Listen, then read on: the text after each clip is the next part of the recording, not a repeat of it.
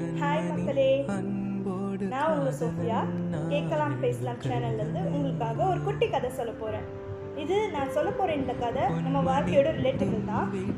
ஏன் அப்படின்னா, நம்ம சின்ன குழந்தையிலேருந்து பெரியவங்க வரைக்கும் பார்த்தோம்னாலே எல்லாருக்குமே ஃப்ரெண்ட்ஸ் இருக்காங்க. எத்தனை வயசாக இருந்தாலும், இப்போ எங்கள் அம்மாவுக்கு ஃப்ரெண்ட்ஸ் இருக்காங்க, என் பாட்டிக்கு ஃப்ரெண்ட்ஸ் இருக்காங்க, ஸோ எனக்கு ஃப்ரெண்ட்ஸ் இருக்காங்க, என் குழந்தைக்கு. ஸோ எந்த வயசு ஆளுங்களாக இருந்தாலுமே எல்லாருக்குமே எல்லாருடைய வாழ்க்கையில் ஃப்ரெண்ட்ஸுன்ற ஒரு பர்சன் கண்டிப்பாக இருப்பாங்க. அந்த மாதிரி ஸோ நான் இன்னைக்கு சொல்ல போகிற கதை ஃப்ரெண்ட்ஷிப் ரிலேட்டடான கதை தான். பிடிச்சிருந்தா லைக் பண்ணுங்கள், ஷேர் பண்ணுங்கள், கமெண்ட் பண்ணுங்கள். உங்கள் சோஃபியாஸின் கேட்கலாம் பேசலாம் சேனலுக்கு சப்போர்ட் பண்ணுங்கள். இப்போ நம்ம கதைக்குள்ளே போகலாமா? ஒரு ஊரில் ஒரு பெரிய தோட்டம் இருந்துச்சாங்க. அந்த தோட்டத்தில் என்ன பார்த்தோம்னா எல்லா வகையான செடிகளும் இருந்துச்சாங்க. ஆனால் அந்த எல்லா வகையான செடிகள் வந்து ஒரு சைடு இருக்கும்போது இன்னும் ஒரு சைடு ஒரு பகுதியில் மட்டும் வெறும் ரோஜா செடி மட்டும், ரோஜா கூட்டங்கள் சொல்லுவாங்கள்ல, அந்த மாதிரி ரோஜா செடிகளுக்காகவே அந்த பகுதியை அவங்க சீரமைச்சிருந்தாங்களாம். இந்த ரோஜா கூட்டங்களுக்கு அவங்க சீரமைச்சிருக்கும் போது அதில் வந்து நல்ல சத்தான விதைகள் எல்லாம் போட்டு நல்லா வளர வச்சுருந்தாங்களாம். ஏன் ஒரு பகுதியில் எல்லா செடிகளும் இருக்குது, ஒரு பகுதியில் மட்டும் ரோஜா கூட்டம் இருக்குன்னா, ரோஜா செடியில் வந்து நிறைய ரோஜா இருந்தது. கலர் ரோஜாங்க இருக்குல்ல, அந்த மாதிரி ஒவ்வொரு ரோஜாக்கும் ஒவ்வொரு பகுதியை அவங்க கொடுத்துருந்தாங்க. அதனால தான் ஒரு பாதி பகுதியை ரோஜாக்காகவே மட்டுமே வந்து அவங்க விட்டு வச்சிருந்தாங்க. ஸோ அப்படி அந்த ரோஜா கூட்டத்தில் என்னென்ன கலர் ரோஜா இருந்துச்சுன்னா, சிகப்பு ரோஜா, அப்புறம் நாட் ரோஸ், ஒரு மாதிரி பிங்க்ல வரலாம் அந்த ரோஜா, அதுக்கப்புறம் ஒரு மாதிரி எல்லோ ரோஸ், அப்புறம் க்ரீன், இந்த மாதிரி நிறைய ரோஜா இருந்துச்சு. அதோட வெள்ளை ரோஜாவும் இருந்துச்சு. ஸோ இப்படி எல்லா ரோஜாக்களும் இருந்துச்சு.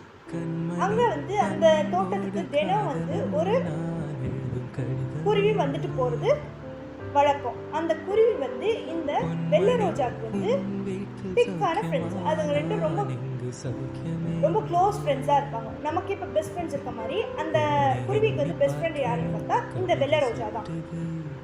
ஸோ தினம் அந்த குருவி அங்கே வரும், அந்த வெள்ளை ரோஜாவோட டைம் ஸ்பெண்ட் பண்ணும், அதுக்கப்புறம் போகும். ஸோ இது வெள்ளை ரோஜாவுக்கு ரொம்ப அன்பாகவும் ரொம்ப வந்து சந்தோஷமாகவும் இருந்துச்சு அந்த குருவி வந்து தன்னோட அந்த டைம் ஸ்பெண்ட் பண்ணுறது. ஸோ இப்படியே போயிட்டு இருக்கும்போது ஒரு நாள் அந்த விளக்கம் போல அந்த குருவி அந்த வெள்ளை ரோஜா கிட்ட வந்துச்சு. வரும்போது அந்த வெள்ளை ரோஜா ரொம்ப கவலையாக இருந்துச்சா.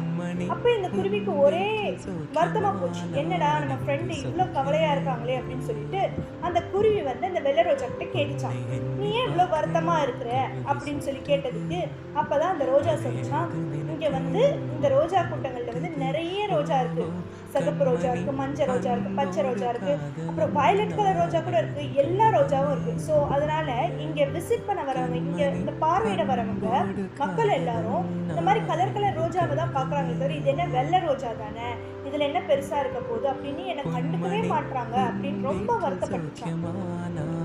அதை கேட்டுட்டு அந்த குருவிக்கு ரொம்ப வருத்தமாக போச்சா, நம்ம வெள்ளை ரோஜா இப்படி வருத்தப்படுது, இதுக்கு நம்ம ஏதாவது செய்யணும்னு சொல்லிட்டு என்ன பண்ணிச்சா, யோசிச்சுட்டு சரி நான் இதுக்கு ஒரு முடிவு பண்ணுறேன், உன்னையும் வந்து எல்லாரும் பார்க்குற அளவுக்கு நான் வந்து ஒன்று பண்ணுறேன் அப்படின்னு சொன்னேன். அதுக்கு வெள்ளை ரோஜா கேட்டுச்சு, எப்படின்னு கேட்டுச்சான். நீ நாளைக்கு வரையும் வெயிட் பண்ணு அப்படின்னு சொல்லிட்டு இந்த குருவி பறந்து போயிடுச்சான். பறந்து போயிட்டு மறுநாள் வந்துச்சான். என்ன பண்ணிச்சான் அந்த குருவி, இந்த ஃப்ரெண்டுக்காக நம்ம ஃப்ரெண்டு இவ்வளோ வருத்தப்படுதுன்னு சொல்லிட்டு அந்த குருவி தன்னை போயிட்டு ஒரு கம்பியில மாட்டி கிழிச்சிருச்சான். கிழிச்சுட்டு கடகடன்னு ஓடி இந்த தோட்டத்துக்குள்ள வந்துச்சான். தோட்டத்துக்குள்ள வந்துட்டு அந்த வெள்ளை ரோஜாக்கள் மேல உட்காந்துச்சான். என்னாகும், குருவி ஏற்கனவே அடிபட்டிருக்கனால அதோட உடம்புல இருந்து வர ரத்தங்கள்லாம் அந்த வெள்ளை ரோஜா மேல பட்டு வெள்ளை ரோஜாலாம் சிகப்பு ரோஜாவா மாறினோன்னு எல்லாரும் வந்து பார்வையிட ஆரம்பிச்சாங்க. ஸோ ஒரு ஃப்ரெண்டுக்காக தன்னோட உயிரை கொடுக்கறதுக்கு கூட துணியிற ஒரு ஃப்ரெண்ட்ஷிப் ரிலேட்டபிளான கதை தான் இது. ஸோ உங்கள் வாழ்க்கையில் இந்த மாதிரி ஃப்ரெண்ட்ஸ் ரிலேட்டடாக உங்கள் ஃப்ரெண்ட்ஸ் ஏதாவது ஹெல்ப் பண்ணியிருந்தா எனக்கு கமெண்ட் பண்ணுங்கள். நாளைக்கு இன்னொரு வீடியோவில் பார்க்கலாம். இன்னொரு கதையோட உங்களை நான் சந்திக்கிறேன். அது வரைக்கும் பாய் ஃப்ரம் சோஃபியா. பாய்.